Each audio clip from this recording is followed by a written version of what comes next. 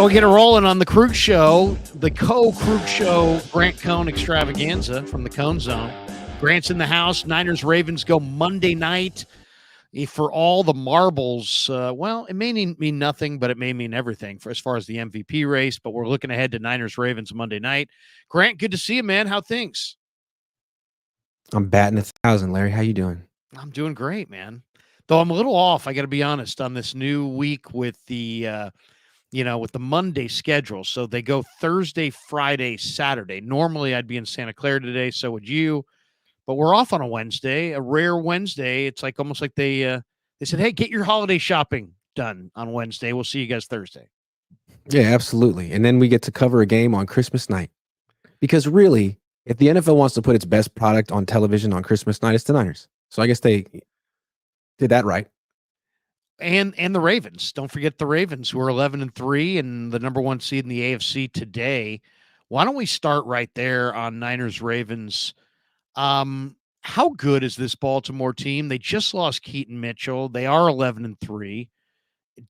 When you look at the AFC, Grant, there's Kansas City, there's Miami, there's Baltimore. Who knows? Maybe there might be Buffalo at some point. We'll see if Buffalo slides in there. And then, of course, the youngsters like Jacksonville, Houston could be the upset special. But who do you like? Are the Ravens the best team in the AFC, or is it somebody else? I think the Ravens are the best team in the AFC. Maybe Kansas City. I mean, Kansas City's had some losses recently, but I wouldn't bet against them in the playoffs.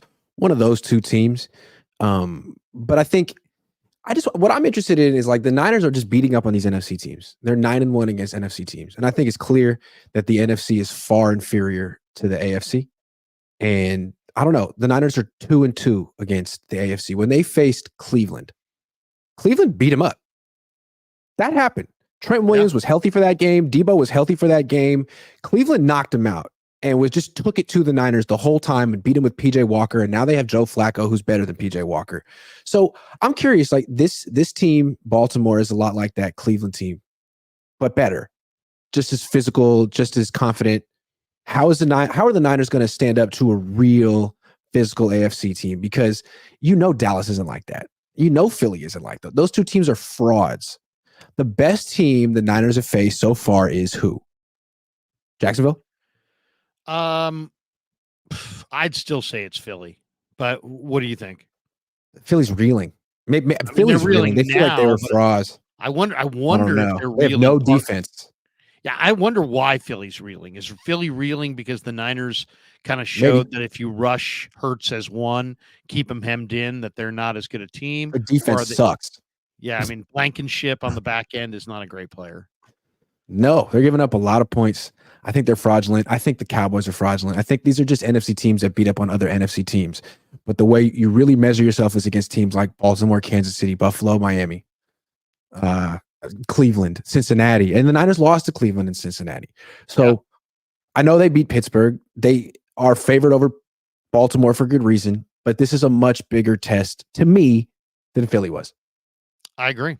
Any word coming out of Baltimore on Ronnie Stanley, their star left tackle? Is he going to go in this game? Do you know? I haven't heard yet. We'll find out tomorrow when they put out the practice reports, but that would be a big one. Yeah, that would be a big one. Really, their advantage is their offensive line. They have a really good offensive line. Yeah. The Iowa kid at center, Linderbaum's a stud. Zeitler at right guard is a stud. Ronnie Stanley's as good a left tackle as there probably is. They're good. And Isaiah Likely stepped up at tight end. He's making big plays. I'll tell you what I see with the Ravens. I see a team that's committed to the run. That's the one thing I kind of wonder with the 49ers. Can they beat a team that's committed to the run? Now, they just lost Keaton Mitchell, so they're going to have to run it with Gus Edwards and Justice Hill and maybe Melvin Gordon and Lamar. But they're committed to the run. They're going to stay with the run. And that kind of leads me to the last game, Grant. How serious of an issue are the missed tackles? They had a ton of missed tackles against the Bengals leading into the bye, and then they freshened up. They seem like they got a little better. And then the last 2 weeks, they haven't been able to make tackles. They're falling off a lot of tackles. Is it a problem in this game? Well, yeah, it's a problem. And I think run defense in general is a problem. The Niners rank 19th in yards per carry allowed, but they've faced the fewest rushing attempts because they're winning so much. So they're so often up by 2 scores, teams can't actually afford to run the ball. But I keep going back to their first loss, Cleveland.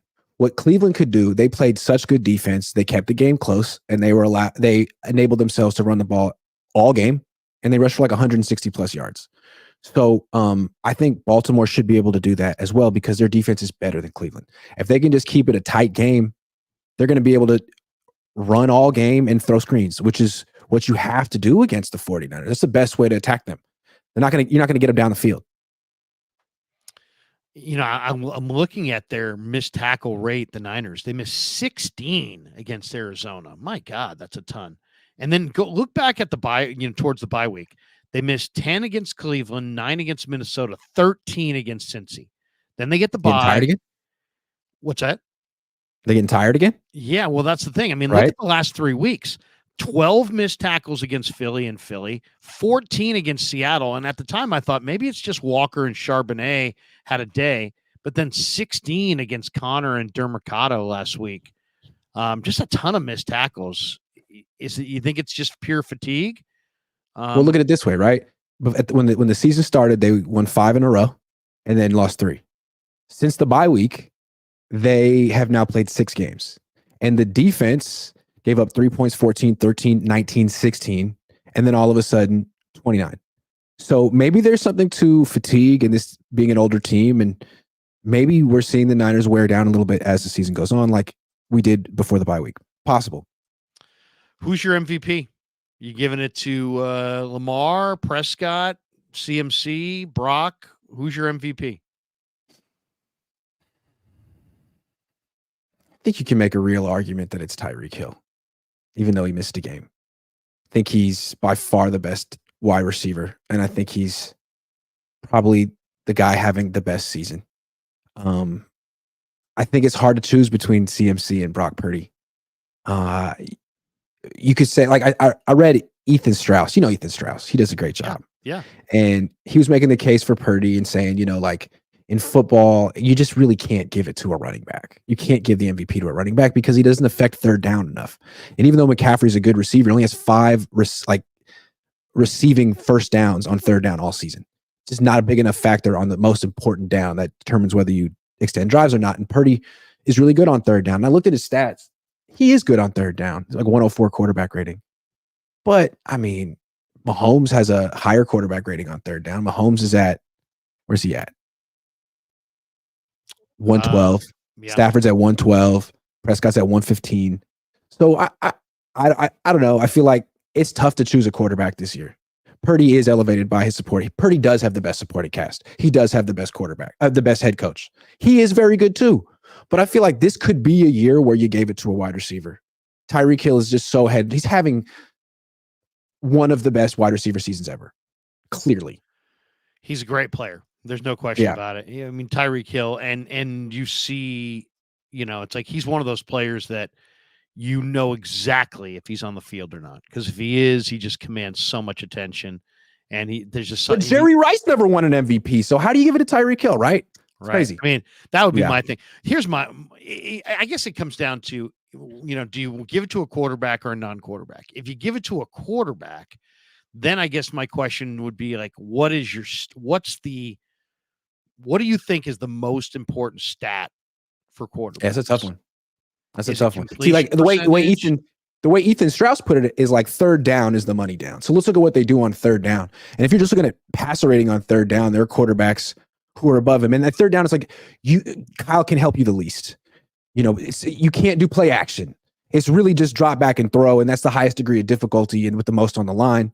I don't know if that's necessarily Brock's game. Like maybe Stafford would be better in that environment because of his arm, where Brock is so good on first and second down. His quarterback rating is well above 120. So I don't know. I mean, I just wouldn't feel comfortable giving it to Mahomes this year, even though he's honestly, who's the MVP in the NFL? Patrick Mahomes. That's the answer every year. That's the answer. He's the best player. He's the best player in the league. He's the best player. There's no question. That's what it is. So, I mean, you could look at box scores and be like, his numbers aren't as good this year, but we know why. He's throwing to Rashee Rice and Sky Moore. We know what's going on, so he won't get the award. So you could give it to Purdy, but the answer is Mahomes, I guess. It's just Mahomes. I mean, Mahomes is the best player. And it's almost feels like Jordan in those years where, Agree. it's like, you know what? Are we going to give it to Jordan again? Or should we give it to Barkley? Yeah, why not? Give it to the Let's get it right. mailman. Yeah, it seems like, to me, if you had said to me, what would be the biggest argument for Brock? It's that it's become a quarterback award. And this guy deserves some award this year. Yeah, I mean, right. either he deserves the comeback player of the year award for coming back That's from not enough. major That's elbow not enough. surgery, or he deserves the MVP. The other question that I think if you said to me, what's the most important stat? There's a bunch of them. I mean, completion percentage is nice, but that can be kind of impacted by, do you throw short all day? Are you throwing 2-yard passes? Heck, now they have a shovel pass. The shovel pass, you could literally, it's like a handoff. If you did nothing but shovel passes, you could technically have a 95% completion percentage. So it's not completion percentage. For me, it's yards per attempt. And that shows that you're driving the ball down the field. Good, bad, or otherwise. And obviously you want to look at it in conjunction with some of those other stats. But if you look at the guys in the last 20 years who have been awesome yards per attempt in that 9+ category, 2004 Peyton, 2011 Rodgers, 2016 Matt Ryan with Shanahan, and 2023 Brock Purdy has a better yards per attempt than all those guys. Those other 3 guys won the MVP. So I give it to Brock. I'd give it to Brock. I would fully support voting for Brock Purdy for MVP. But also, to me, the fact that 2 of those quarterbacks played for Kyle, to me, tells me that he's so instrumental here. And he doesn't get enough support for Coach of the Year. I've been the one as critical as him as ever, but why is he not in consideration? Look what he's doing with a 23-year-old quarterback. Kyle gets credit for this. And a mediocre offensive line. It's not like they've got I think Kyle should be the Coach of the Year. It shouldn't be Dan Campbell. Well, I mean, here, the Coach of the Year might be the most fault, and it's like we see it in other sports too. It's like the Manager of the Year, and who gets this award typically? It's like one of those old sayings, like if your premise is wrong, your conclusion's wrong. So if your premise is that Team A has no talent, and then Team A goes on and wins, you're like, wow, that the coach is the Coach of the Year, the manager is the Manager of the Year. But your premise might be wrong. You may just not know the talent, and you may not. The guys who make like, hey, who's the most talented team? They're not pro personnel directors. They're just people kind of observing. So it's just media. So you're like judging on who exceeded expectations the most, but you don't judge the MVP that way, right? Right. It's not. Yeah. So like I would say if you said under the Coach of the Year that we're used to, the guidelines that we're used to. I would say it'd probably be somebody like D'Amico. I'd give it probably to somebody like D'Amico because Houston won 3 games last year, and they totally turned things around. Their whole culture is different, and he's had a huge impact. But yeah, you're right. I mean, the Coach of the Year for Shanahan, but they're 8-6. Freaking 8-6. We're really who cares? To me, the teams that matter are like it should be Mike McDaniel, John Harbaugh, or Kyle Shanahan. Those are the 3 coaches who really have teams that freaking. Shane Steichen. Like, good job, dude. 8-6 first. We'll see in a few years to see if you actually built something. He's going to win the award because he made some team not suck for 1 year. Like, come on. Well, I mean, if we're going to do it this way too, how about Philly? They lost Shane Steichen. They lost Gannon. They lost both their coordinators. They lost both their starting safeties. They lost, tremendous talent from their team last year. They were 10-1 at one point, and they're 10-4, and they're still going to the playoffs. Maybe Howie, put together a flawed team, and Sirianni is an amazing coach for finding a way to win 10 of the first 11. I don't know. I mean, I don't know, man. They're in complete free fall, and I don't see him having any answers right now. His answer was bring in Matt Patricia. That's when you know you're screwed. Matt Patricia's going to save you? No, he's not. Him and that pencil. Sorry.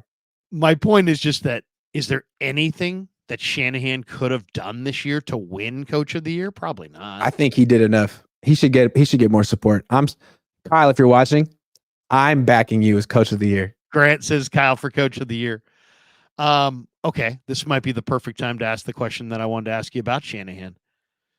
We've now seen Shanahan we've now seen, there's rumors this morning, the talk this morning is that the Chargers ran out, I think, a damn good GM in Tom Telesco.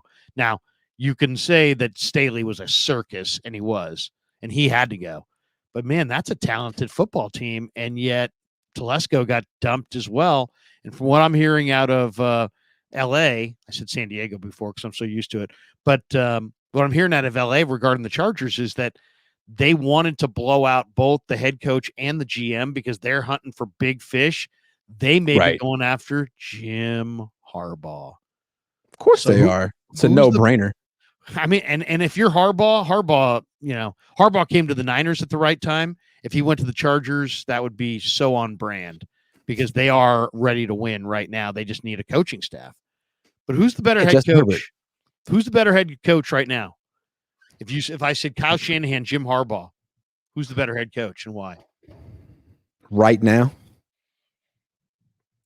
Or I mean, right now, just period. I mean, that's a tough one. Who's the better? For a long time, I thought it was Harbaugh. And Kyle's so much younger than him. I feel like he's improved so much this year. I think Kyle's better than him. I mean, neither one has won a championship. Maybe I think Kyle has surpassed him. I think Kyle's still improving, and Jim Harbaugh has been a steady excellent for like 10, 15 years. I don't know. What do you think? I think Jim Harbaugh is a great guy to bring in if you don't have a culture and you need to establish a culture, because I think he's going to work hard. He's going to change the vibe in the building. He's going to demand the players work hard. He's going to bring in a phenomenal coaching staff.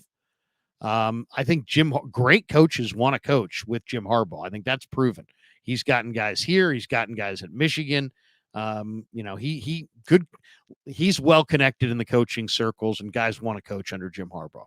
So that's one. Same with Kyle. Kyle is too. But I mean, I think that's. I don't think Kyle could recruit. I don't think he would have the patience. I don't think he could do college football the way Harbaugh has. No, Harbaugh's been good in both. He wouldn't have the enthusiasm. Kyle's not going into some high school kid's house and watching movies with him. No, he has no time for that. Harbaugh will. Yeah. Harbaugh will. I would say whose offense is better? Like, it's not even. Kyle's. Not even close. Yeah, not even close. Okay, let me ask you this: when the Niners lost to the Ravens, who do you blame the most for losing that game? Because I blame Jim Harbaugh. They had first and goal on the 5-yard line, or first and goal on the 7. He stupidly called a timeout when he had an old Ravens defense. It had old Ed Reed, old Ray Lewis, old Bernard Pollard. I was there in the Superdome on the binoculars. Those guys were huffing and puffing. They were holding their hips. They were sitting there. They were giving every nonverbal indication that they were freaking gassed at the end of a long drive against a faster, more athletic team, and he called a timeout and let them catch their breath. That was one. So they could talk about it and call 3 straight fades. Back shoulder, backhand zone fades. From a quarterback who doesn't throw the fade. I mean, it's like, come on. And when you had a quarterback that could run like that and you had a Hall of Fame running back, should have just ran Kaepernick on a quarterback option and said, get in no matter what. And if you don't do it, no huddle and get in on second down. Instead, they go fades. I blame Harbaugh for that. I also think that he had a hard time getting plays called on time. He had a really screwed up situation on the headsets where he had certain guys calling run plays, certain guys calling pass plays. He was on there. I feel like he lost his cool on the sidelines in many of their biggest games. I would say Shanahan is better just because of that. I blame Harbaugh for the Super Bowl loss. How did you view that? Well, one thing that Kyle has going for him that Jim didn't, Kyle gets to work with John Lynch. So I feel like the front office coaching staff synergy is great, as opposed to Jim Harbaugh trying to work with Trent Baalke. We know those guys were at odds a lot. They had totally different visions of who they wanted, and sometimes Trent Baalke would draft people that Jim wasn't signed off on. So I think that was kind of tough for Kyle. For Jim, he was sort of coaching in spite of his GM. Kyle doesn't have to do that. What have I said? What have I pushed back and said that Jim caused that friction by going to management and demanding Michael Lombardi instead of Trent Baalke after he had agreed that he would take Baalke as his general manager? And Okay. Less than 24 But hours Kyle did the same later, thing, right? Kyle hired his general manager. Jim Kyle just had wanted his own that. general manager. Yeah, Kyle just had more leverage because Jed messed it up with Harbaugh and Tom Sula and Chip Kelly. And Kyle's like, all right, well, if you want me, I'm naming my terms. Harbaugh was trying to do that too, just like he was trying to re-engineer the terms mid-job. They didn't appreciate it. Right. I think Harbaugh probably sold out on the GM choice for his cash. Got his cash, which was $5 million per, and then said, you know what? I'll just take whatever GM. And then 24 hours later said, you know what? No, actually, I want my own GM. And the negotiations were done. And I want more money. And I don't want Brent Balky. And Yeah. that's why things were always frosty between those guys. I bet Harbaugh thinks if he had the kind of blank check that Kyle has, he would have been champion. But who knows? He still hasn't won it in college.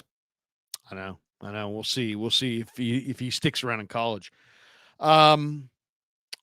No, he's not. He's going to the Chargers. He should go to the Chargers. He should. Go get Justin Herbert.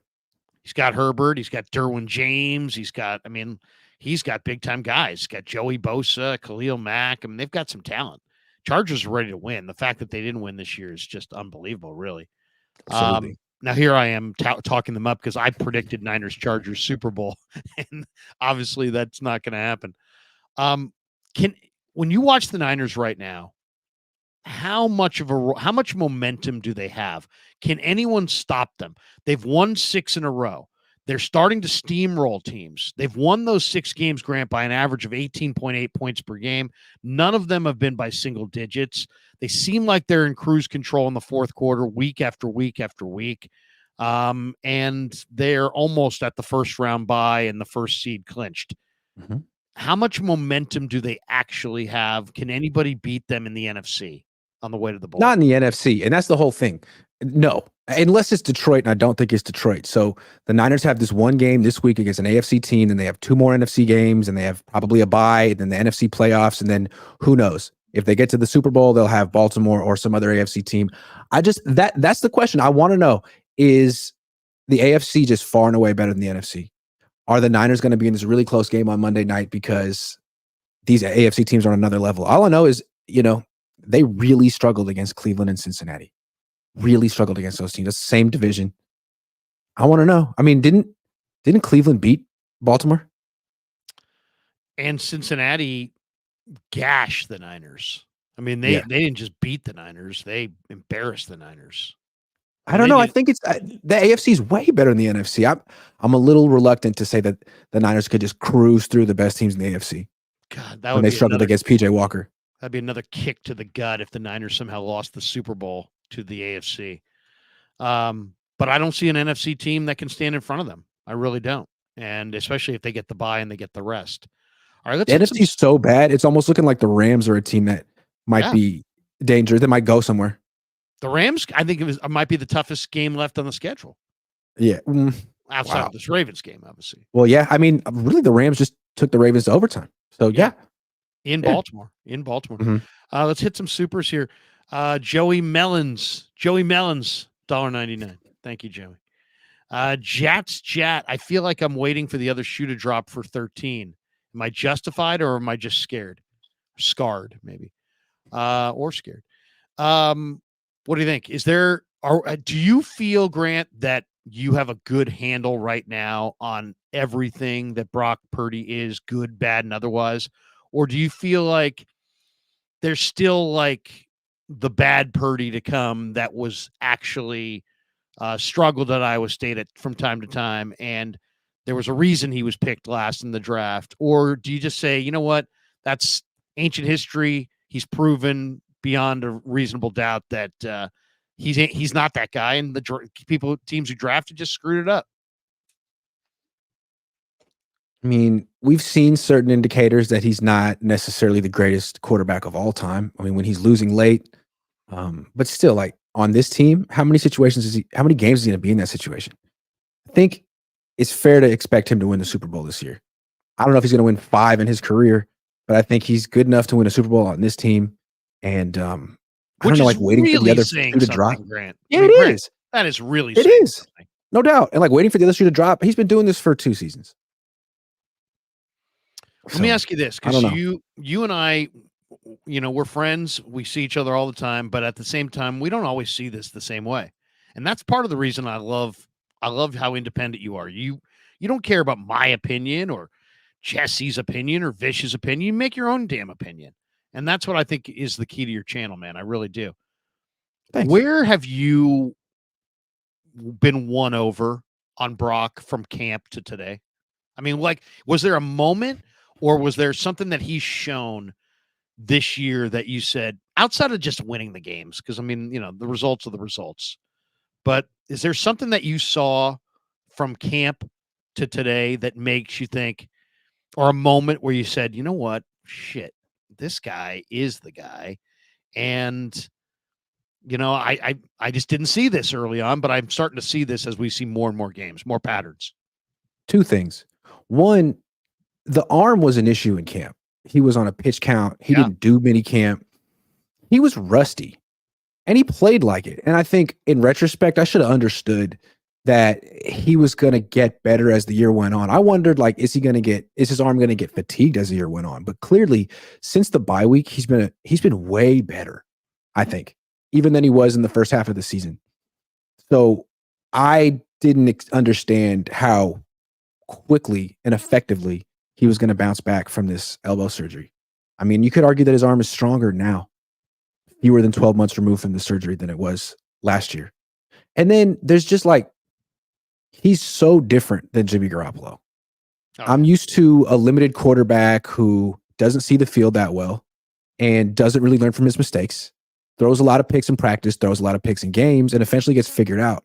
But Brock Purdy is not that kind of quarterback. Anytime you think there's a book on him, well, he can't throw downfield, he can't do this or that, it's like the next week he makes it a point to prove that wrong.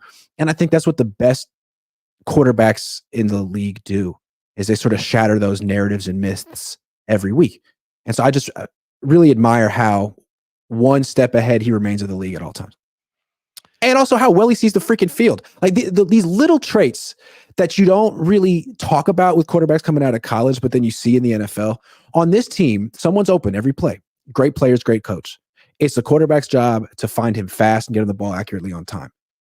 Who does that better than Brock? So how is he not perfect for this team? To me, there's three things that stand out. I have yet to see him ever look sped up or frenetic. He doesn't. Steve Young was sped up and frenetic. Everybody. Jeff Garcia was sped young. Everyone does Joe it. Montana was sped up at certain moments when the rush, the New York Giant rush got to him, or the Bear rush got to him. This guy doesn't seem sped up or frenetic. He seems very calm. That's one. Mm-hmm. And then two passes stood out to me. It was that Browns game, and this was an incompletion, where he dotted a pass down the field with tremendous rush in his face. I think it was Zadarius Smith on a loop in his face. And he's taken that blow in the face, and he put the ball on the hands to Ayuk, and he dropped it. Do you remember that one? Yeah. Yes. That pass, and then the one in Jacksonville to Kittle, where he stepped up, faked it to Ayuk, brought it back, had the rush also right in his face, somehow, without really stepping into it, just got it down the field and led Kittle against Devin Lloyd for that great touchdown against Jacksonville coming out of the tunnel in the second half. The arm strength there was amazing. But you're right. In camp, what we saw was every day a ball that was late, over the middle, kind of floated, not much on it, that just kind of hung up, sometimes got picked, sometimes got tipped and picked, sometimes got picked and taken back for a touchdown. Those were real. I mean, we saw those passes, and they were quite a few of them in camp. So I thought that as the season went on, his arm strength would wane. But you're right. Somehow, some way, his arm strength has gained. He's gained strength as the season's gone on. And to me, that doesn't make sense. And it's like there's a couple ways to look at a quarterback too. The Niners want to beat you on first and second down. They want to get an early lead and keep it. That's their thing. They want to constantly have that run, play action balance. You don't know, keep you on your heels. And Brock Purdy's great on first and second down. He's great at the play action pass because he can roll left and roll right, and he's great when he's winning. I feel like you could also say that the best way to judge a quarterback is on third down when he's losing, because that's the most difficult quarterback play. All of a sudden, no one cares about the run. No one cares about play action. It's just the defense has the advantage. What can you do now? And in those situations, he isn't necessarily the best quarterback in the league, but he's so good on first and second down. The Niners are winning, which is like 85% of their snaps anyway. That what does it matter? It seems like, he is perfect for this team. He's operating. Who would you really swap out? Who would be better on the Niners than this guy? Mahomes. Well, I mean, like people ask this question, Mahomes. like how many quarterbacks could really do great things in this offense? I mean, well, probably a lot of quarterbacks, but I would say the guys who could be more dynamic in this offense would be like Mahomes, Josh Allen, Burrow, maybe Joe Burrow's really maybe Lamar. Good. Lamar. Because Lamar's good on the short throws too. He's a nice little quick release. Lamar, I mean, Kyle would be dialing up all kinds of stuff for Lamar. I mean, just moving. Kyle would have a lot of fun with Lamar. Yeah. I mean, Lamar would be spectacular in this offense. Those guys for sure. And then everybody else is kind of a little bit of a projection. Trevor Lawrence is the prototype. Herbert's the prototype. There's physical prototypes. Burrow, Allen, and Mahomes and Lamar. Those are the four to me. I think Herbert could get it done. Herbert's an awesome talent, but I got to see it. I got to see a little bit more from Herbert. I know what I'd like to see him without Brandon Staley, man. Wow. I know.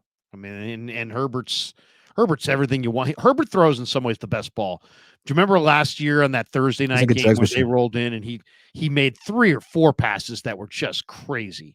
I mean, like as good a throw. He's like a jugs machine. I've seen him throw in person at the joint practices. His motion is the same every time, and he can put it exactly. Just watching him throw side by side with Trey Lance, I was like, oh, yeah, okay, that's what it's supposed to look like. Poor Trey. All right, let's hit a couple more of these supers here. Mr. 33 degrees. Is the Niner offense good enough that all these missed tackles don't matter? Because that's what it's looking like. Thoughts, please, gentlemen. I think their offense is good enough to score 30, but if they go up against a big-time running game and they don't have and somebody dominates the time of possession and runs it down their throat. But I don't know. I mean, I was listening to Greg Cosell earlier this week, Grant, and he says that even though the Niners have been gashed this week against Arizona and they got gashed against Seattle, that he doesn't really think they've got run defense issues. I tend to agree with that if they're rested and ready. That's why I think this bye week means absolutely everything.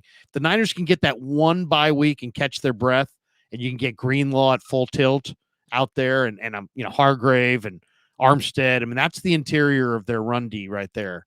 Then I think they're good to go. They have to have the bye if they're going to the bowl, I think.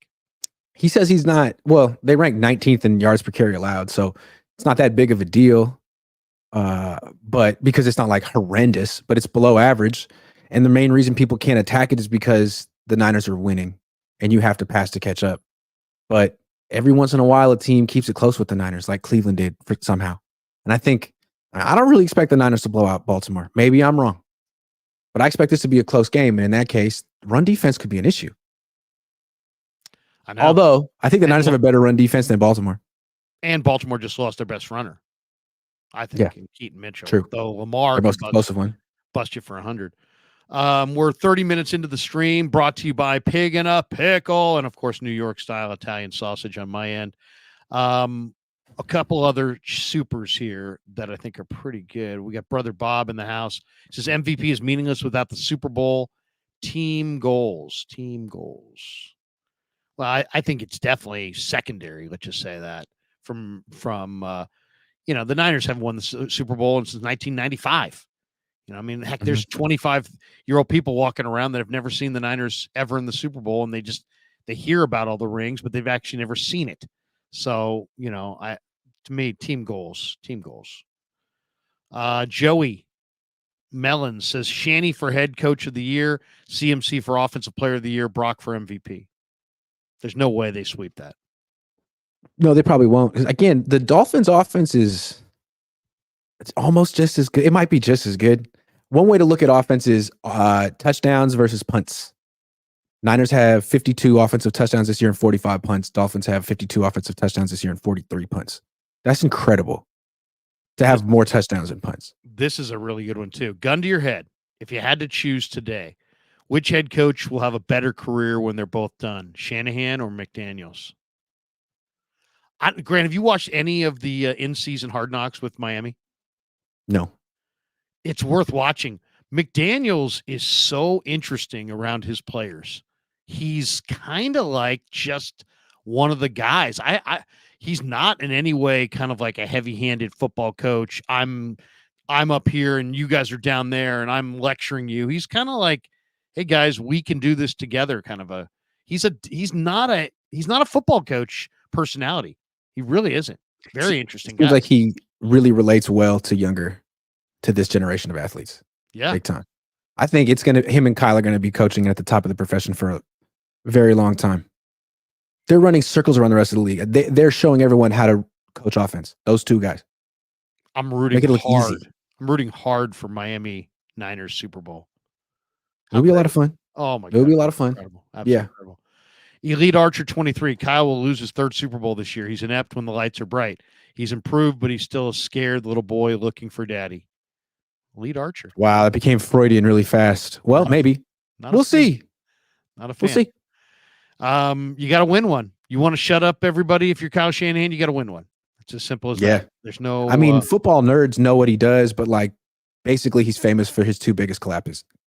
That's what he's famous for. You got to get it done. I mean, it doesn't you can discuss how it looks, what it looks like, this and that. You're in one category. If you haven't gotten it done, you're in a different category. If you have gotten it done, there's no ambiguity. That's all it is. Gray Tree Games with D-line injuries. Should we add Sue for depth? All right, that was the next question I was going to get to.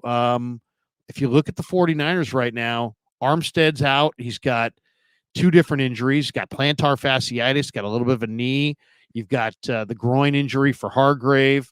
Kalia Davis just left the game early in week 15 with an ankle injury. Supposedly it's a high ankle sprain, so he's going to be out a few weeks. Armstead's missed the past few games with the two injuries he has. Shanahan says he's day-to-day. Shanahan says we'll see how it goes this week. Same said for Hargrave. He missed the Cardinal game with the hammy. Is Sue the answer? Do they have an answer? I mean, I don't. Is T.Y. McGill enough? Do they have to go outside? What do you think? Or Matt Barrows is asking this in his mailbag today about Sue, and he asked Shanahan about it, and Shanahan was like, "Not now, but I won't rule anything out." How severe is that need inside? Seems pretty severe. Why would you not bring in Ndamukong Suh? He's not going to be that expensive, I wouldn't imagine. Plus, you have plenty of cap space. Maybe they want to roll it over for next year, but you're down 3 D tackles right now. When they had a little bit of an issue at D end, they didn't hesitate. I don't know. They right now have Kevin Givens, Javon Kinlaw, and T.Y. McGill. That's what they got. I would bring in Ndamukong Suh. I would too. I mean, if you can stop the run inside or just stop the run period with the kind of offense that you have cooking right now, you're live to win the ball. If you can't stop the run, then you lose the time of possession in a very one-sided manner. I think that's the way you lose the Super Bowl. That's the way you either lose on Super Bowl Sunday or fall short in getting there. So I think stopping the run is huge. You're not going to add linebackers. You're not going to add DBs. Sue is out there. He's been kind of this defensive tackle for hire the last few years, chasing a ring. It's football. What is he going to walk into the Niner locker room and change the culture all by himself? I mean, even if you didn't love the guy, there's no real fear that he's going to change the culture. The culture is established. I just thought of something. Yeah. What do you he got? used to play under Chris Kaserik. For you who? Remember that? In Detroit. Okay. 10 years ago. When he was young, he played under Chris Kaserik. So Chris Kaserik knows him. And I don't know, maybe he told Kyle good or bad. Yeah. Maybe he said, nah, man. I mean, it was one thing to coach Ndamukong Suh when he was 25, but not now. He's 35. Or maybe he says, yeah, whatever. And it's just more of a front office thing with money. But it feels like, what are they waiting for? Onto something. They've had the need. Yeah. I think it can't be about money. Because what are we talking about? We're talking about relative peanuts compared to the money They that must they've feel he shelled doesn't out. fit the culture. They know him, and they know right now whether he fits the culture or not. Maybe they feel like he's the kind of guy that would change the room and change Chris's power within the room. Maybe Chris felt like Sue impacted, his impact. If you really feel like a guy's working against you, you're not going to bring him in. That's the only thing I could think. What's your make on or take on the fact that Ertz is not just not a 49er, but he's not anybody? Is that? I mean, yeah. I mean, it seems like maybe it's pride. Maybe it's pride. At this point, the options are go play for a terrible team. He could have done that on the Cardinals, or sign with a contender. What contender needs Zach Ertz? Not the Niners. If Zach Ertz were on the Niners, I mean, he might play, but how many targets would he realistically get? Like maybe none. He's just Kittle insurance. All he would be Kittle insurance. Pretty much. So that's kind of that's quite a come down for Zach Ertz, who was a Pro Bowl tight end at one point, I think. So maybe he would just rather. He probably's made a lot of money. Probably the Niners offer, if they've made one, is the absolute minimum. Maybe he feels it's not worth it. The Niners offer, frankly, is a ring, right? We're not going to pay you in money, but you might get a ring at the end of the year. What do you say? And maybe that doesn't do it for him. I mean, did the guy grow up in Danville as a Niner fan? I would imagine he did. If he did. Sure. See, I mean, if he did, then what? Maybe he's not healthy. Maybe it's one of those deals. Maybe he couldn't pass the physical. I don't know what the deal is, but you would have thought by now, based on what I hearing, 71 million in his career, maybe he's done. Yeah, there's pain involved with playing this game for sure. It's not just as simple as he's been washed for a while too. Yeah. Well, and he's not a blocker. He's just a receiver. No. Yeah. If it was maybe he wants to see who wins this game Sunday night. If it's Baltimore, maybe he wants to go to Baltimore. They need him. If it's what did Odell Beckham once? Was it last year that he missed the entire regular season and signed for the postseason, or was he trying to do that? Maybe he just doesn't want to play in the regular season. There's that too. There's that as well. I mean, you never know. That could be a factor. Is there an in-house replacement? A lot of people are speculating Steve Wilks is going to become a head coach. It's so weird when I think it was Cam Inman asked him about Arizona. He's like, "Hey, do you have any special feeling about?" I mean, next question. He couldn't even. The Cam didn't even get the question out. He's like, "No, it's not a. It's like it looked like you would swear that things ended on bad terms in Arizona, and he hates Arizona, the way he answered that question." But I'm also hearing that Steve is going to get a number of interviews and that he's going to be heavily considered for one of these openings. There may be as many as a dozen openings at the end of the year. If Wilks does leave, let's just say for the sake of the argument he leaves, do the Niners have an in-house replacement for Wilks? And if so, who's their best in-house guy to replace Wilks? I think the next man up would. Does Chris want to do it? I don't think he does. I mean, when I say I don't think he does. He's on the record saying he doesn't want to. He is a position coach. He doesn't want to look at covers. I think the next guy up would be Daniel Bullocks, who is the safeties coach. He's been here since 2017. He was with Saleh in Jacksonville. Saleh brought him over here. He was the assistant DB coach for 2 years. He's been the safeties coach since 2019. He's 40 years old. I think they felt that he wasn't quite ready. And I think he's the next guy up, Daniel Bullocks. That's interesting. Is your guess that Wilks is back? Because if you look at Wilks' career, he really moves a lot. I don't know. I feel like he doesn't have that much media hype. He's doing a great job, but he's not getting any of the momentum for coordinator of the year that D'Amico had last year. And D'Amico's defense wasn't as good as his defense. So I don't know, he's already been a head coach. How many teams are looking for a defensive coach who's been fired already? A lot of times they're looking for the next offensive coach who's 34 years old or whatever. He'd be a great hire, but I don't know. See, if defensive coaches are tough. Yeah, if the Niners can somehow play their best football down the stretch on both sides of the ball, defense, comes of age and really fires an all-around effort. Coverage, second level, up front. Niners offensively are spitting out 35, 40 points. They could win in grand fashion, and he could be in the winner's circle with lots of glory and a lot of good vibes. I could see him surfing that to another head coaching gig. And I don't know enough about Bullocks to say one way or another, but that's interesting. Yeah, I don't have an opinion on him. I just feel like I think they feel that he's the next guy up. I think they've been grooming him. Is John Feliciano highest graded offensive player in the NFL for week 15? He had a 93.5 Pro Football Focus grade.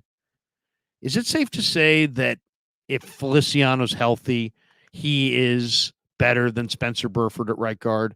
And I bring this up because there was a game a couple of games ago where I thought it's going to be Feliciano. I thought Feliciano practiced with the ones all week, though we don't get it. We're not privy to that necessarily. And then all of a sudden it was Burford. I guess it was against the Eagles. It was Burford, right, at right guard. And they said, well, Burford had been practicing really well, and they liked the way he looked and this and that. And he started off good, and they stayed with him. So what's your read on right guard? Is it Feliciano if he's healthy? Is it his gig? Is it Burford if he does what they want him to do? How do you think they really look at right guard? Seems like you don't have to be a genius to realize that John Feliciano is a big upgrade over Spencer Burford. And I think the way the Niners can play this is tell Spencer, we want to be extra cautious with that knee. We're going to go real slow because we like your future. So you take it slow, and we're going to roll with John Feliciano because, frankly, I don't think the Niners have had this level of play at right guard since Kyle Shanahan's been here. They've had, who they have at right guard? Zane Beatles, Mike Person, Daniel Brunskill. They've almost told us by definition that right guard's not important. Yeah, the least important position on the team. And all of a sudden they bring in John Feliciano, who was a backup, has been all over the league, played a bunch of different positions. And all of a sudden he's getting like movement at the point of attack. Who was the last right guard the Niners had that could do that? Maybe Alex Boone 50 years ago. That wasn't that long ago, but still. The Niners, if they want to get moving at the point of attack, it's always run to the left, and then maybe you can cut back to the right. Maybe you can run a jet sweep to the right or something really finesse. But if you actually want to push people, it's to the left. All of a sudden, now you can push people on the right side too. Man, he's making no money. Wonderful. And he's been in the league. The Niners get so lucky. So lucky with their backups sometimes. Oh, he's phenomenal. Great. I mean, good. Tom Compton, they almost rode Tom Compton to a Super Bowl. Tom Compton was underrated. I made fun of him. He became a punchline in training camp because he wasn't good in pass protection. But as a run blocker on those end arounds for Debo, it was always Tom Compton leading the way. Right. So fast. He was great. Okay, let's finish up with the DBs. Mooney Ward, my God, have yourself a game. He was phenomenal this last game. And he said that he'd been working on catching passes from Sam Darnold last week so he could have the kind of the live arm look as opposed to the jugs. And he goes for 2 picks. The first one was like he was shot out of a cannon. They're playing zone. It was a 4th down play. He read the quarterback's eyes. He jumped the route, and he just was gone. I mean, it was awesome. And he says he plans to try to catch passes from Darnold every week. This may be Darnold's greatest contribution to date is getting Mooney Ward to this level. So you got Mooney playing really well. And then you've got Lenore, who's looked like at the end of the game, Grant, like he looked like he had broken ribs. I mean, they touched his ribs. He looked like he winced and almost jumped out of his jersey. And then you got Ambry, who I really believe has been the difference in the defense. I don't think it's about Wilkes' seat or the adding of Chase Young. I think it's putting Ambry on the field, taking Oliver off the field, taking Lenore, moving him to the slot. I think that is the biggest change in why this defense has gotten better. But how do you see the corners going into this final phase of the year? Mooney, Lenore, Ambry, 1, 2, 3. And how seriously hurt do you think Lenore is? Is he going to go in this game? They call it a rib contusion. He should be okay.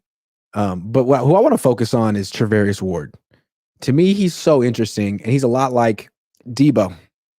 2 guys who weren't first-round picks, who were very motivated to get that contract extension and got it. Both players got the bag, as it were, and probably ended up getting more money than they ever anticipated when they got in the league.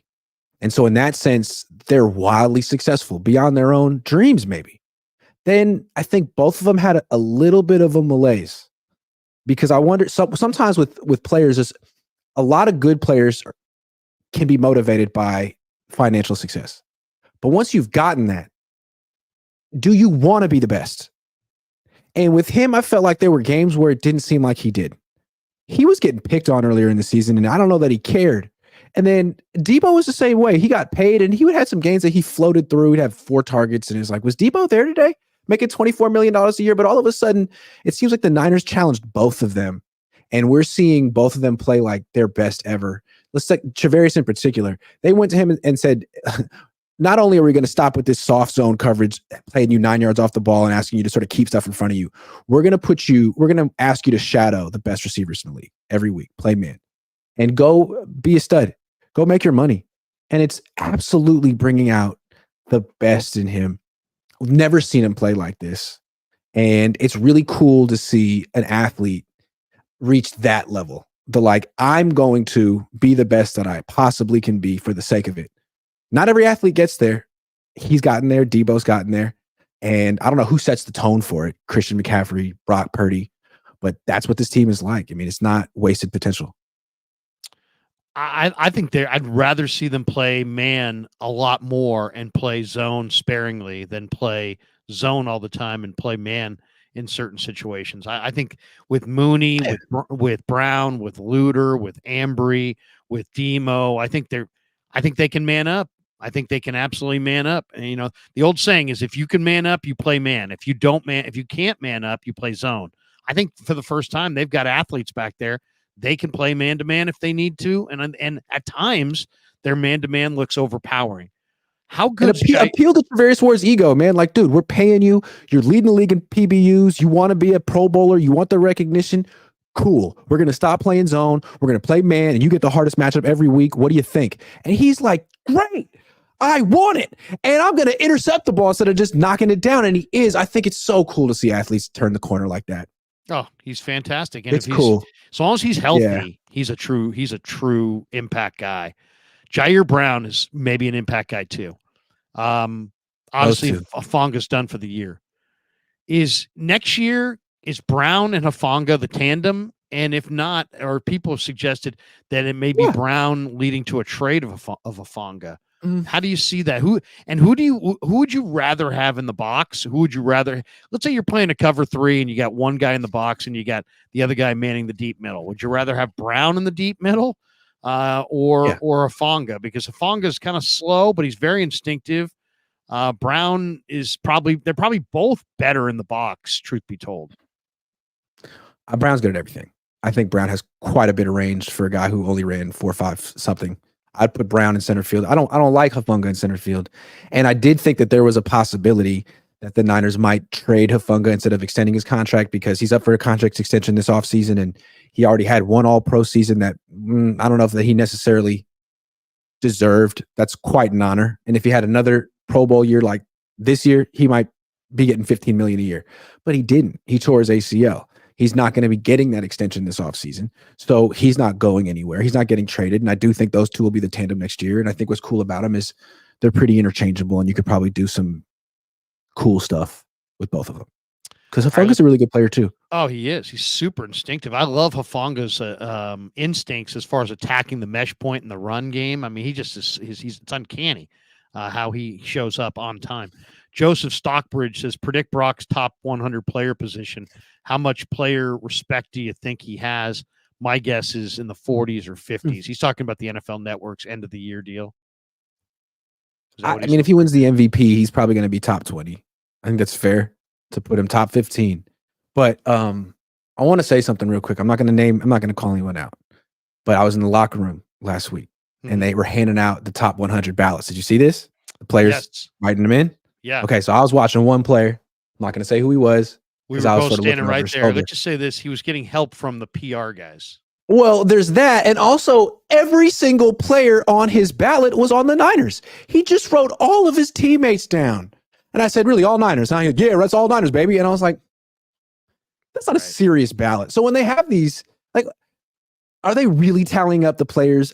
I feel like half of or 3/4 of those players' ballots are just silly and incomplete. And let's be honest, what would devalue those shows if they actually showed these players filling out the ballot, because they don't put a lot of time into it. It's like, no. Oh yeah, that guy. He literally put all the 49ers on his list. That guy. That's like that. Kittle was the best player in the league according to him. Number 1 was Kittle. Like, right? Really? Yeah. Just did he ask you to say that? Did he lean on you a little bit? It's like we cover that like it's the players have spoken, like the players have really done the deep dive. If you really saw how little effort goes into some of their picks, you would not put so much credence into those picks. Yeah. Do you think these like first year players who were drafted in rounds 5, 6, and 7 really know the rest of the league that well? They don't even know who Jerry Rice is. They don't know history. They don't know the rest of the league. If the Niners didn't play a team, I would go as far as to say that there's a very good chance that many of the guys voting never saw these other players at all. Period. Not one snap. Because the idea that there are players on teams, like, man, I could list the top 100 players in the NFL right now if someone just asked me. Like, no, you can't. You're not prepared. Anyway, you know what would be better? I just feel like they probably tally it up themselves and they just give whatever rankings they want and say the players voted on it. The better list would be kind of what the NBA does at the beginning of the year with their NBA survey, and they survey GMs, survey pro personnel directors, and then come back to me and tell me what they thought, because those are the guys that I really would like to know. Andrew Menard says Purdy won me over through his consistent play in meaningful games this season. Initial trepidation, I think, was valid, yet he is still getting better. I think that's probably who is he not won over? Purdy's really good. That's a great question. Who has Nick Wright? Maybe Nick Wright. God love him. It's fair to say that Purdy's going to really have to prove himself in the playoffs, because if he goes in the playoffs and loses in the first round, no one's going to care that he won the MVP. But I don't expect him to do that. No, but you're right. He's going to have to just go take it. He's not the kind of guy that's waiting around for everybody to give him pats on the back. He understands the dynamics. If you want it, you want to be considered the top dog, you got to go take it. And there's no ambiguity. All the comparisons he's drawing: Kurt Warner, Joe Montana, Tom Brady, guys who won the Super Bowl fairly early in their careers. So Jerry Rice compared him to Brock. Compared Brock to Joe. There you go. Jerry Rice. Yeah. So, I mean, if he's one and done in the playoffs this year, those comparisons will end real quick. And he'll be compared to people like Tony Romo and stuff like that. So it's, your legacy's always basically built in the playoffs. No doubt. No doubt. Yeah. My Rhino, that's why when people talk about Tony Romo, you got to laugh. Come on. Are you serious? I got a question, Brock, because his favorite quarterback of all time is Dan Marino. He never won a Super Bowl. So, Brock, come on, man. Yeah. But he did win some playoff games. But then he also lost some big-time playoff games.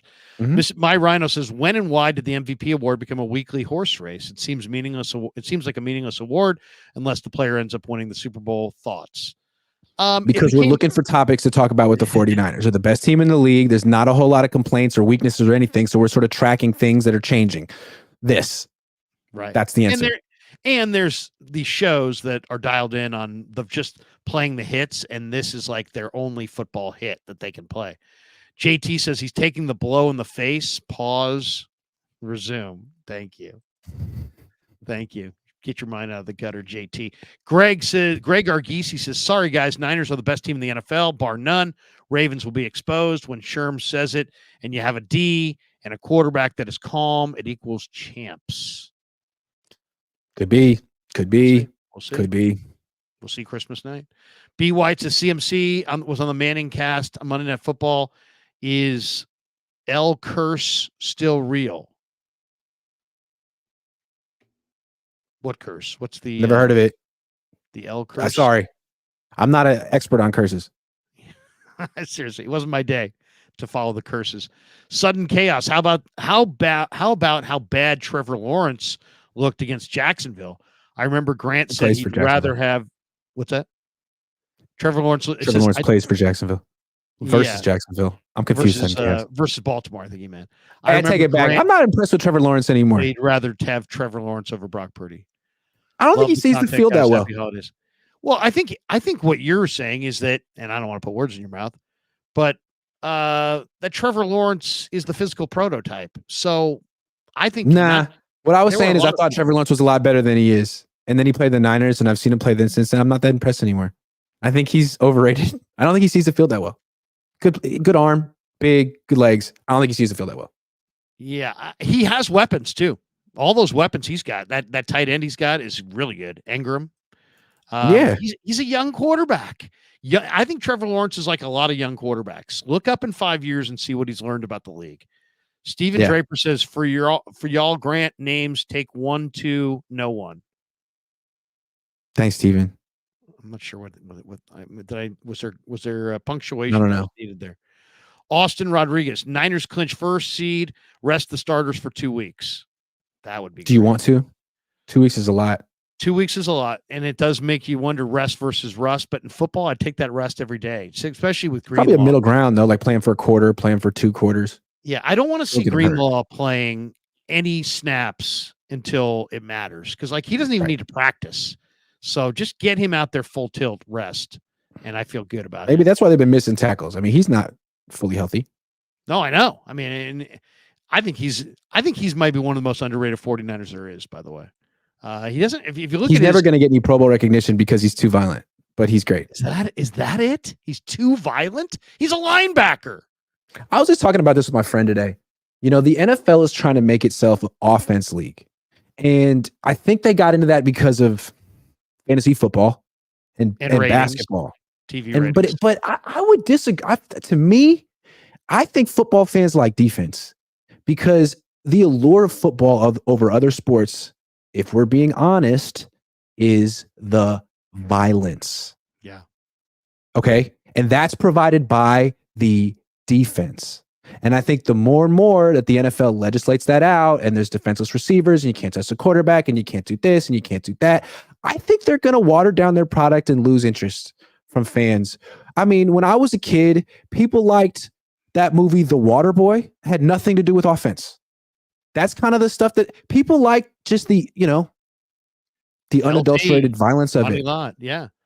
Yeah. And now you're not allowed to like that anymore. And they're kind of trying to get rid of it. Understandable.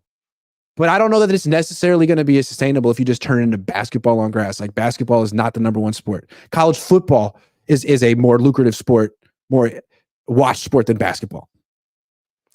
I look at violent as the number one trait of a great defensive player or linebacker. And to say that you're not going to get the recognition because you're too violent, I can't even. It's crazy. I can't even register. It's crazy. That. I mean, what's Ronnie? He gets all these 15-yard penalties. People like, hey, stop it! That looked like it hurt. Like, yeah, I'm playing linebacker. The guy's what do you expect? Yeah. Let's just throw these supers, beats and meats. Remember the time when everyone thought the Dolphins hired Mike McDaniel as a placeholder for Sean Payton? Yeah, seriously. Sean Payton, not nearly as good since. Mike McDaniel's quite a bit better since. Red and Gold Owl says, crazy people are saying CMC is MVP. We saw what the team looked like in the NFC Championship without Brock Purdy, MVP, #MVP Brock. And that's the crazy thing. Like, McCaffrey's a great running back with no weaknesses, and yet he's easier to replace than a quarterback like Purdy who has clear limitations, because every quarterback does. But he's so much better than his backup. And most running backs just really can't say that. All running backs are good. All running backs are good. I loved what I saw from J.P. Mason in this last game. He's so good. Can I get 5 more carries a game for J.P. Mason before we decide that he's just a pure backup? Seriously, let the guy play a little bit, just a little bit. Nees says, Grant, did you find it ironic you had the question about Debo without the ball, lack of going full speed? Kyle turned around and made a red zone play out of it. Kyle's doing such a good job this year. Seriously. I really think that he's getting overlooked for the coach of the year because it almost always goes to a coach who's like a first-year coach, right?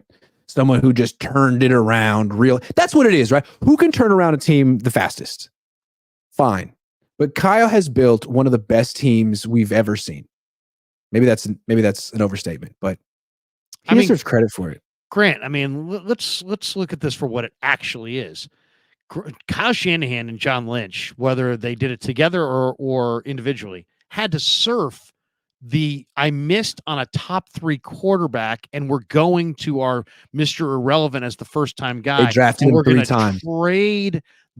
we're going to trade the guy in the top 5, and somehow they kept the locker room together, the whole thing's together, and now they've got they're 1 win away from potentially 2 wins away from the number 1 seed in the first round bye and favored to win the Super Bowl, 2 MVP favorites. I mean, Shanahan, when you factor in all the ways this thing could have fractured and gone off the rails, they could have been a faction of guys who wanted Trey, a faction of guys who wanted this thing could have been split up.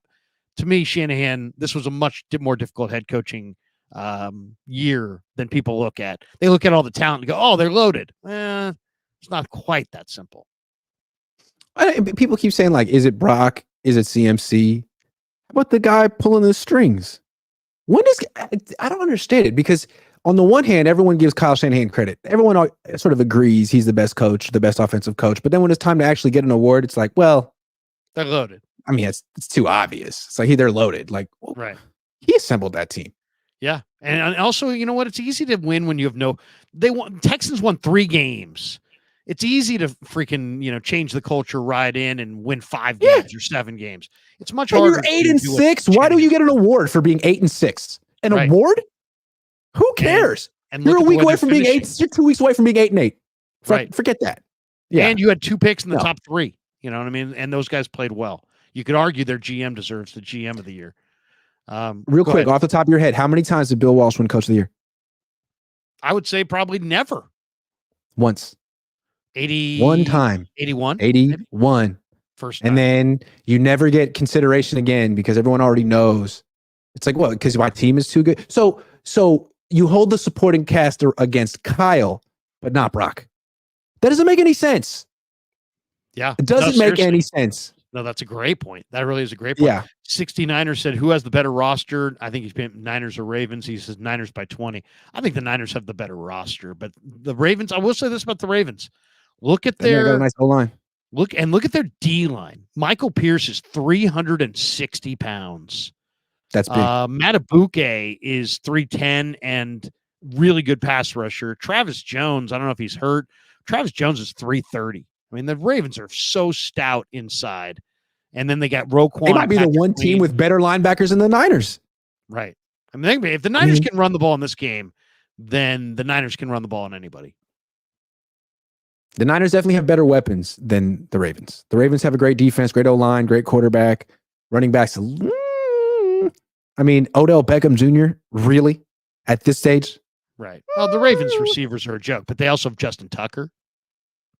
Justin Tucker. Yeah. One of the greatest. Yeah. Okay. Their number one offensive weapon is Justin Tucker. Yeah, the Niners should win.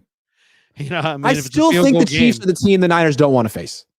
Frankly, I don't care what's going on with the Chiefs in the regular season. I don't care. I agree. They got a killer defense. They got Mahomes. They got Reed. Nothing else matters. Nothing else matters. Also, got Chris Jones, Mahomes, and Reed. They scare the shit. They got a chance. You don't want to face them. No. Wave 9 says Dallas beat us in the title game. Convo will be crazy. Or Dallas That's beats us not happening. Yeah, Dallas. They suck. Come on, Dallas. Don't tell me Dallas. They suck. Mason Wright. Instead of Sue, why not try and get Matt Ioannidis? Oh, Mason. I like Justin Smith. He's not that old. Yeah. Ray McDonald. Go get Michael Carter. He can stop the run. Isaac Sopoaga. Like Mr. 33 Degrees. Grant, when Lowell was talking about Christmas at the end of your last Cone Zone, it brought tears to my eyes. He's a bright light. I see where you get it from. Were you guys talking holidays? I know this is probably a rough one for Dad and for you, huh? Yeah, we were talking about it at the end of our show yesterday. How's Dad doing? Yeah. Is he doing okay? Yeah, he's doing a lot better. He is. I must say hi, man. He's one of my favorite guys. One of the ballsiest media people in the history of the Bay Area. Seriously. That's quite a compliment when you call someone ballsy. Well, Harbaugh was intimidating, and he stood toe-to-toe with him and gave it to him more than he took it. Where Harbaugh was afraid of him. Harbaugh was definitely the same way when Brock goes to the line, he knows where like Micah Parsons is. When Harbaugh went to the podium, he knew where Lowell was. Absolutely. He did. He ended up writing either the foreword or the afterword to my dad's book. Either Steve Young did one and Harbaugh. Yeah, I mean, they ended up getting such a kick out of each other because Harbaugh's the kind of guy, like, if you're going to challenge him and you come straight ahead at him, he'll respect you. Yeah. And my dad did it in such a way that it was professional and not personal. And eventually, Harbaugh was so charmed by him. They really liked each other. Yeah. Oh, I know. You could tell, too, as time went on. Carl Zion said, Kalia Davis has just been placed on the IR. Maybe Susan coming. Time to stack up the depth before the playoffs. High ankle sprain, and you're kind of a young ascending player anyway. Yeah, that doesn't surprise me. High ankle sprain mean 5 weeks, 6 weeks. I'm surprised that 6 for sure. He's not on the IR because I thought, high ankle sprain for him. Bazzi Mion says, what do you think of the exotic looks the Cards did on D? For example, 9 in coverage, blitzes don't work. So they still trying to find weaknesses on Brock. They dropped. I liked it. 8 in coverage more than 6 I would or 7 do that times. Against Brock. Teams used to do that against Drew Brees because the idea with Brees was you can't rush him. The ball comes out so quickly. He likes to throw short. Drop 8 in coverage, have 5 underneath, and make it real tough to throw quick passes. Now, I mean, there's nothing you could really do to stop Drew Brees, top 10 quarterback all time. But yeah, it's an idea. You got to try. You got to give Brock different looks. Make Brock be accurate. Don't give him defined reads. He's already shown you. You give him defined reads, he will absolutely read your mail, and he's getting the ball out quick, and he's going to ruin you. Don't blitz. If you make the windows tight by adding extra defenders in the box or defenders down the field, I think that's the way to go. I agree. Make him make tight window throws because he doesn't have that Joe Flacco. Joe Flacco's out here making tight window throws. How old is he? The Joe Flacco story is the best story. They need to make a movie about Joe Flacco, starring some guy who doesn't look like an athlete. Because I love the Joe Flacco story. What a great arm he had. Sudden Chaos says, "Yeah, I meant versus Baltimore. Those 2 fumbles." Okay. Scotty B says, if Joe Flacco wins the Super Bowl this year, is he a Hall of Fame quarterback? I've already watched Joe Flacco win too many damn Super Bowls.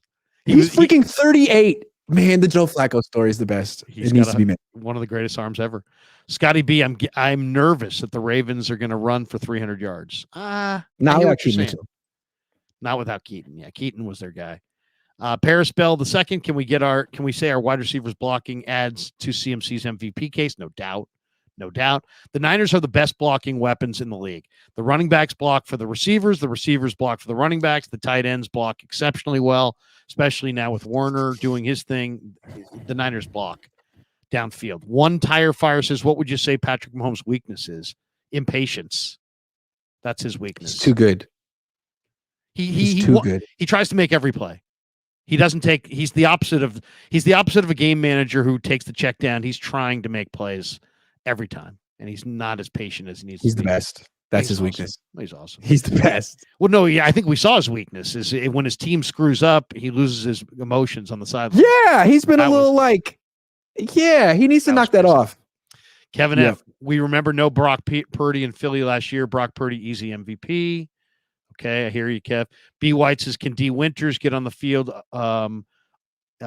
Says other than Burks? Over Burks? Over Burks, maybe. I mean, I like nice better. To see the rookie linebackers in the field, yeah. I like Graham the most. Flav says, I don't think there was anyone in the locker room that really wanted Trey to be the quarterback, Larry.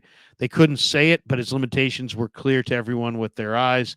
He couldn't throw a spiral. He threw a lot of spirals this year. That was more of a last year thing. I think everyone just looked at him as a project that they didn't want to wait for. End of story. Believe me, they love the guy. I mean, Grant and I saw it firsthand. There was, if guys don't like you, there's indications. They love this kid to a man. He was respectful. He was smart. He was engaging. Hardworking. Professional. Yeah. Professional, humble. They loved that kid. It wasn't about him. It was about his development. And they saw that he lacked development. Not so crabby says the guy who said Kyle Shanahan is sabotaging his team is now saying he deserves head coach of the year. You can't make this up. Does he not deserve to be coach of the year? Can I not say that? He does. Can I be right about something for once? And he also deserves to be coach of the year. You know what? I'll just say this. It's a long year. If you do this and sit in front of microphones and cameras and give opinions, you will be wrong. And it's not like, maybe I've been wrong a lot. And all I'll say is this, is that all of our opinions, and I think, Grant, you probably agree with this, people can call us hypocrites, but in reality, your opinion evolves as the information changes. That's people who keep the same opinion and just repeat themselves forever are the most boring people. It's like, okay, I heard you. Gotcha. Yeah. You're going to keep repeating that. I don't need to hear it twice or 3 times. That's why your radio show died, because you gave us your opinion. You repeated yourself. I got it in the first episode. Yeah, you said it. I've caught that episode already. I need new material. Okay, got it. Niner fan 85. What do you think the score will be in the game between the 2019 Niners and this year's Niners? Obviously, this year's Niners would win. Ooh, that's a good one. I will say that this year's Niners would win. I say this year's Niners would score 35, and that Jimmy-led Niner team would score 17. I don't know, man. That's a tough one. That's a really tough one. 35, I don't know. 35 against that defense? I don't know. Against that defense? This Niner team seems like they can score 35 on anybody. God. Can you imagine Richard Sherman trying to cover Ayuk right now? I think that would go too well. I'll give you the stat that I could not believe that I read this week. The Niners with Purdy, CMC, and Debo all healthy are 18-0. They're averaging 35 a game. And in those 18 games, Purdy's got 40 touchdowns and 4 picks. Yeah. Really? This Niner offense. Purdy, CMC, and Debo. Yep.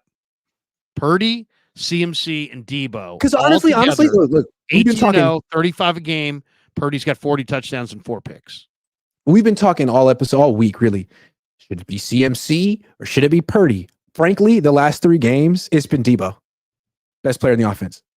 Yeah. And so he's not always Debo. He's not the most consistent player in the team, but he is the one guy who can all of a sudden transcend everyone. Debo's probably not their best wide receiver, but he may be their best player. I mean, yeah, and it's like that. And people say that about Lamar, right? Like, well, I don't know if he had to judge him as a pure quarterback, but as a weapon. All right, well, take away your labels and definitions, right? Who cares how you classify him? All you really have to measure is the impact, and it's undeniable. No doubt.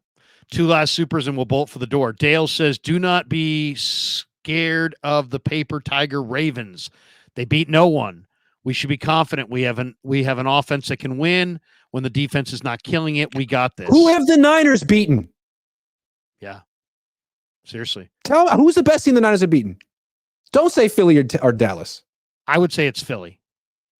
Okay. Well, that's not great because they just lost to Seattle. It may be. I know this is going to sound crazy. You could say it's Jacksonville. I was going to say maybe the Rams.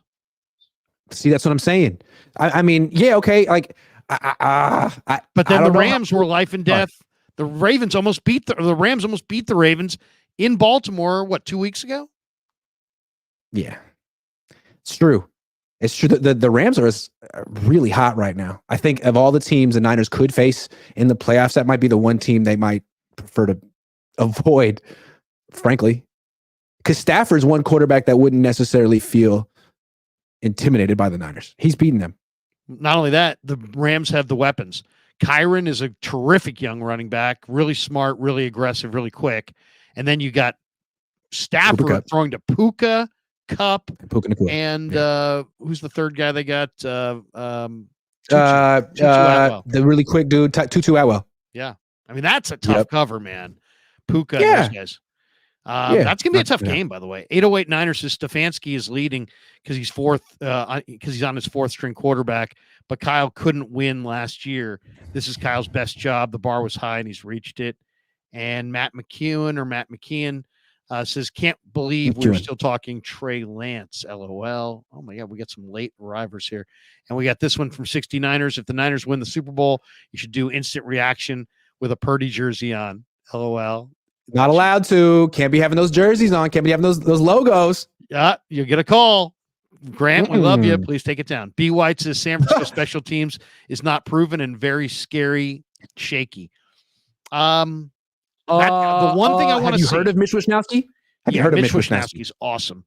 The one thing I do want to see in the playoffs, I want no more Ronnie Bell. I want to see on Ayuk and punt returns, and I want to see Debo on kick returns. Why not? Why not? You're paying them. They're great. We saw Ayuk on punt returns. It was a little underwhelmed by it. I liked the idea of it. He was good in college, but who else you got? I don't know. What do you? Who else you got? How about McCaffrey? Okay. I just want somebody.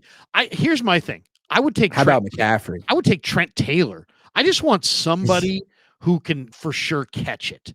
I'm not worried about the return. Just give me somebody with really solid hands. That's the one thing I miss about Ray Ray. Ray Ray caught the ball. Is Ray Ray have any chance of coming back, or is he done? I don't know. Yeah, that would be. I think he has a chance. McCaffrey had 34 punt returns in college. Come on. Why can't Debo is a kick returner, Christian as a punt returner? I want to see it. Don't tell me he might get hurt. He plays running back. He'll be fine. See what happens when I have you on. The supers, your super audience just never goes away. They keep funding the Grant Cohn retirement fund. 69er says rewatch the Ravens Super Bowl. So embarrassing. LOL. Embarrassing. How about the first half of that game is such a shit show. How about the hold coming out of the third quarter on Bruce Miller? Who's held on the front and the from behind, and Jacoby Jones ran right through his lane, right down the middle. Niner fan 85. Any word on Ray Ray? We just talked about that. We don't know. I'll ask about that tomorrow. And Junior Beckhold says Kyle's still on the hot seat. Grant, LOL. Okay, you're gonna hear about that. He's almost off the hot seat. It's still lukewarm. The one that people are banging on me is like 3 weeks ago with Jesse and Vish.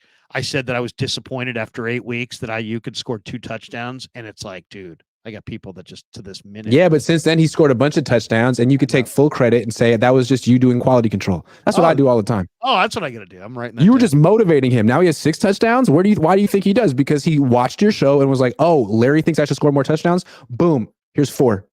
I did ask He wouldn't Brock. have thought to do that if you hadn't pointed it out. So I think you should take credit. Brock's are just feeding him the ball in the red zone, and Dale says, "Bruh, we don't win over teams. We beat the hell out of them." There you go. Oh, my God. And Matt McEwen, we love Iggy. Yes, this I know you guys do. Raise the roof. Raise the roof. That's going to do it for us.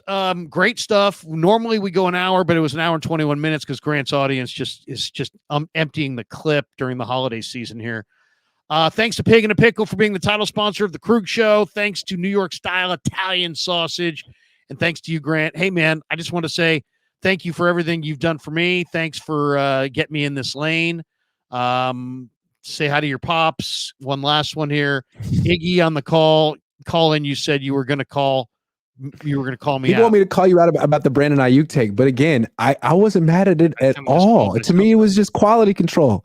I do the same thing all the time. He wasn't saying he was down on Ayuk. He was saying he expected more out of him. And all of a sudden, Ayuk delivers more. I respected it. People got mad about it. I don't know. Here's the thing. Grant and I had many conversations this summer in the heat watching Ayuk. And I remember I probably said to you 5 times, dude, this guy's going to have Jerry Rice kind of touchdowns this year. This guy's catching everything. He's catching the low ball. He's catching the high ball. He's catching everything. He makes it look like every ball is his personal invitation. And I go, man, this guy's going to light it up. They got through 8 games, half the season. He had 2 touchdowns. I thought he would have had 12. Yeah, but here's the issue that you didn't realize, that in the red zone, the Niners offensive play caller, Christian McCaffrey. Unfortunately, he gets to call the plays when they're inside the 20. Or so it seems. Man, so it seems. All right, hey, that's going to do it for us. Grant, what do you got cooking on the channel? Anything more today, or what do you got next? What's up? Yeah, it's Wednesday, so I go 6:00. Jesse Naylor, Niners After Dark, a trifecta today. 3 streams because the Niners had the day off, and I don't know what else to do. I don't have a life. I'm doing tonight. Normally I would go Wednesday nights as my call-in show with my son Kevin. But he's, went to Southern California to party with some friends. So he's out of the loop. Why didn't he invite me? I know. He knows I had nothing to do. Seriously. So subbing for Kev tonight on the call-in show, Lo Neal, the great Lorenzo Neal, who I will do the pregame with on Christmas afternoon leading into Niners Ravens. Lo Neal's going to stop by tonight. So look for that on the Krug Show. Until then, Grant, have a great day, man. Thanks to everybody. Peace. Yeah, never met a man I've been scared of. Careful, you gon' get